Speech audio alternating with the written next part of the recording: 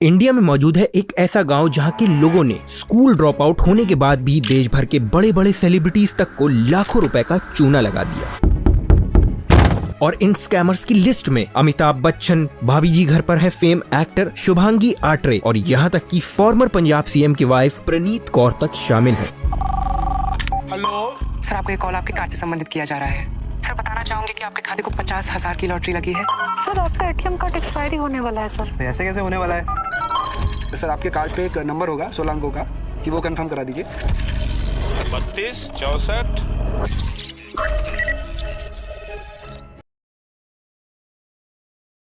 जमतारा गांव के बारे में, इसे cyber crime capital of India के नाम से भी जाना जाता है। करोड़पति वो भी घर बैठे नीचे दिए गए नंबर पर फोन घुमाइए और अभी के अभी बहुत बड़ी धनराशि पाइए। हमने आपके मोबाइल नंबर पर एक वेरिफिकेशन कोड भेजा है 325876। तो आखिरकार एक छोटे से गांव में रहने वाले लोगों ने सिर्फ मैसेजेस और कॉल का इस्तेमाल करके पूरे भारत भर के लोगों से लाखों करोड़ों रुपए का चूना कैसे लगा दिया। और तो और जमतारा गैंग का भांडा फूटने के बाद और इतने अरेस्ट होने के बाद भी क्यों ये गैंग आज भी इंडिया में ऑपरेट कर रही है, और जमतारा गाँव में इन स्कैमर्स को क्यों इतनी इज्जत से देखा जाता है, आइए समझते हैं इस वीडियो में। और वो भी एक ही जगह से नहीं कॉल करते, कई बार घर से बाहर 50 किलोमीटर जाके किसी खेत में बैठ के कॉल करेंगे। वो लिंक में एटीएम कार्ड की डिटेल डाली और एटीएम कार्ड की डिटेल डालने के बाद 5 मिनट बाद मेरा 20,000 रुपये कट गया।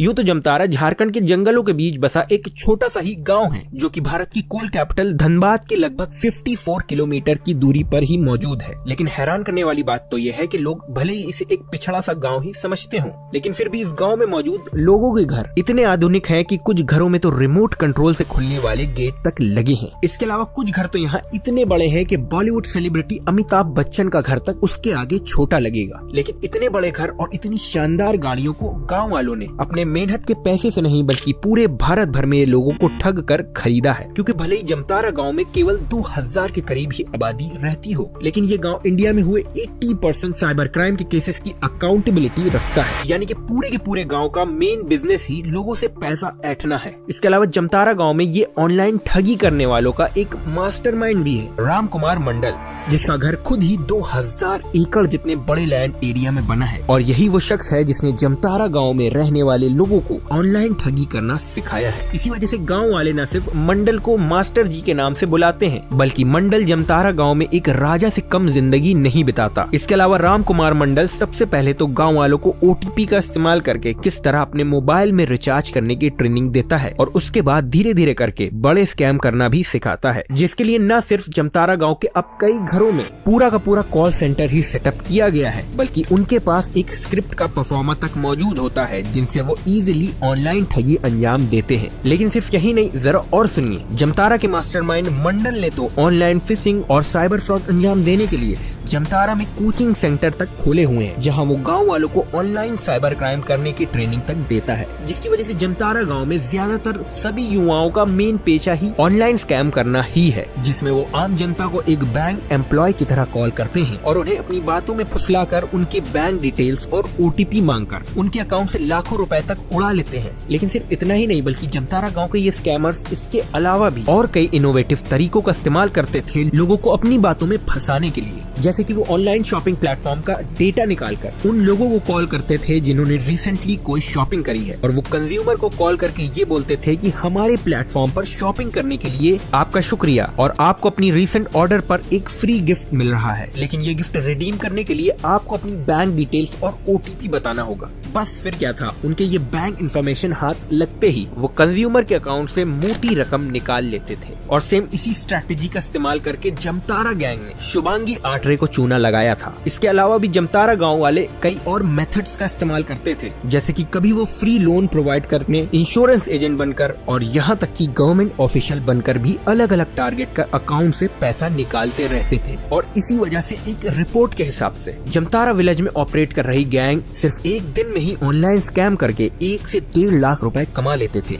यानी कि महीने के 30 से 40 लाख के करीब। और जमतारा गांव में ऐसी कई गैंग ऑपरेट करती थी जो कि और दूसरे लोगों को क्रेडिट कार्ड या डेबिट कार्ड की डिटेल प्रोवाइड करने के लिए भी 10% कमीशन तक ऑफर करती थी। लेकिन अब सबसे बड़ा सवाल ये उठता है कि आखिरकार पूरे भारत भर में इतने ज्यादा हाई प्रोफाइल केसेस अंजाम देने के बाद भी पुलिस को जमतारा गैंग को पकड़ने में पसीने कैसे छूट गए। तो उसके पीछे की सबसे बड़ी वजह थी जमतारा गांव की लोकेशन, क्योंकि ये गांव झारखंड के काफी रिमोट विलेज में आता है और आसपास जंगल से ही घिरा हुआ एरिया है। इसके अलावा नियरेस्ट पुलिस स्टेशन भी जमतारा विलेज के पास मौजूद है, वो भी लगभग 12 किलोमीटर दूर कमतार पुलिस स्टेशन है। और जब भी पुलिस जमतारा में ऑपरेट कर रहे इन स्कैमर को पकड़ने के लिए आती थी तो ये स्कैमर पहले से ही जमतारा गांव के पास जंगलों में भाग जाते थे। इसके अलावा क्योंकि जमतारा गांव के सभी लोग ही स्कैमिंग बिजनेस में ही है, इसलिए पुलिस कभी कदार रेड करने तक की कोशिश करती थी तो पूरा गांव वाले मिलकर पुलिस ऑफिसर पर ही पथराव कर देते थे, जिसके लिए जमतारा गैंग के स्कैमर्स को पकड़ना पुलिस के लिए भी एक गले की हड्डी बन गया था। और तो और क्योंकि स्कैमर हर एक फ्रॉड अंजाम देने के बाद अपनी सिम तोड़कर फेंक देते थे, इसलिए पुलिस ऑफिशियल के लिए उनको ट्रेस करना भी नेक्स्ट टू इम्पॉसिबल था। और साथ ही क्योंकि ये स्कैमर्स ज्यादातर 16 से 17 साल की उम्र के ही थे, यानी कि वो नाबालिग ही थे, इसलिए अगर पुलिस उनको पकड़ने में कामयाब भी हो जाती फिर भी उन्हें हमारा इंडियन जुडिशियल सिस्टम कड़ी सजा देता भी ना। और क्योंकि स्कैमर फ्रॉड अंजाम देने के बाद कंज्यूमर के उड़ाए हुए पैसे को ई वॉलेट में ट्रांसफर करते थे और फौरन ही उस पैसे को 5-6 और अलग अलग ई वॉलेट में ट्रांसफर करने के बाद ही पैसा अपने बैंक अकाउंट में ट्रांसफर कर लेते थे ताकि वो उसे बाद में विड्रॉ कर सके। इसलिए उनको बैंक अकाउंट से ट्रैक करना तक भी इम्पॉसिबल ही था। लेकिन फाइनली जाकर पूरे देश भर में ऑनलाइन ठगी के इतने मामलों में इजाफा होने की वजह से पुलिस ऑफिशियल एक स्पेशल ऑपरेशन चलाती है, जिसमें वो जमतारा गाँव में गाड़ियों से जाने की बजाय 50 किलोमीटर दूर पैदल जंगल के रास्ते से जमतारा गांव पहुंचने की कोशिश करती है, क्योंकि पुलिस को ये मालूम था कि अगर वो मेन रास्ते से जमतारा गांव के अंदर गई तो गांव वालों के इन्फॉर्मेंट उन्हें पहले से ही खबर कर देंगे। इसलिए आखिरकार काफी मेहनत के बाद ये ऑपरेशन सफल होता है और पुलिस जमतारा गैंग के 16 मेंबर्स को पकड़ने में कामयाब भी होती है। और इस अरेस्ट के बाद ही इन स्कैमर के पास से 188 debit card, 78 mobile phones, 6 laptops, 80 bank passbook, 12 refrigerator, 70 LED TVs और साथ ही कई महंगी लग्जूरियस SUV कार सीज कर लेती है।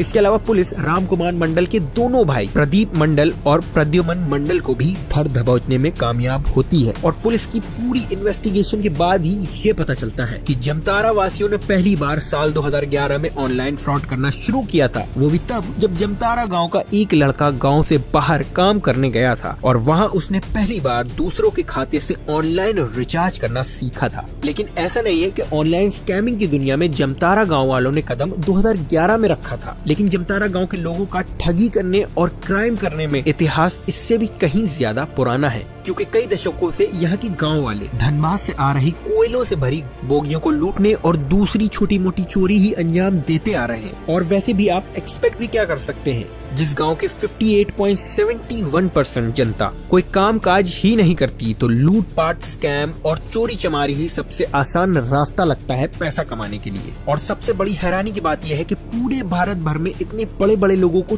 चूना लगाने वाले ये स्कैमर्स में तो कुछ ऐसे थे जो कभी अपने गाँव तक से बाहर नहीं गए। लेकिन फाइनली जाकर पुलिस की इस केस में सीरियसनेस के बाद न सिर्फ पुलिस ने जमतारा के कई स्कैमर्स को गिरफ्तार कर लिया, बल्कि हाल ही में तो पुलिस ने जमतारा के स्कैमर्स को इलीगल सिम कार्ड प्रोवाइड करने वाली सप्लायर्स को भी धर दबोचा है और तकरीबन 22,000 के करीब बिना डॉक्यूमेंट के सिम तक को सीज कर लिया है। हालांकि इतनी इन्वेस्टिगेशन और कई दोषियों को अरेस्ट करने के बाद भी जमतारा में स्कैमर के बीच थोड़ी कमी तो हुई है, लेकिन इसका ये मतलब नहीं है कि इंडिया में ऑनलाइन स्कैम्स में कमी आ गई है, क्योंकि जमतारा की जगह अब नॉर्थ इंडिया के कई दूसरे डिस्ट्रिक्ट अब ऑनलाइन स्कैम्स का नया हब बन चुके हैं, जिसमें से यूपी, बिहार और राजस्थान जैसे स्टेट्स के कई गांव शामिल हैं। तो फिलहाल के लिए बस इतना ही। अगर आपके किसी रिलेटिव या फ्रेंड के साथ ये ऑनलाइन स्कैम जैसा हादसा हुआ हो तो कमेंट सेक्शन में जरूर बताइएगा। और अगर आपको ये वीडियो पसंद आई हो तो वीडियो को लाइक, चैनल को सब्सक्राइब और बेल आइकन दबाना बिल्कुल भी ना भूलिएगा।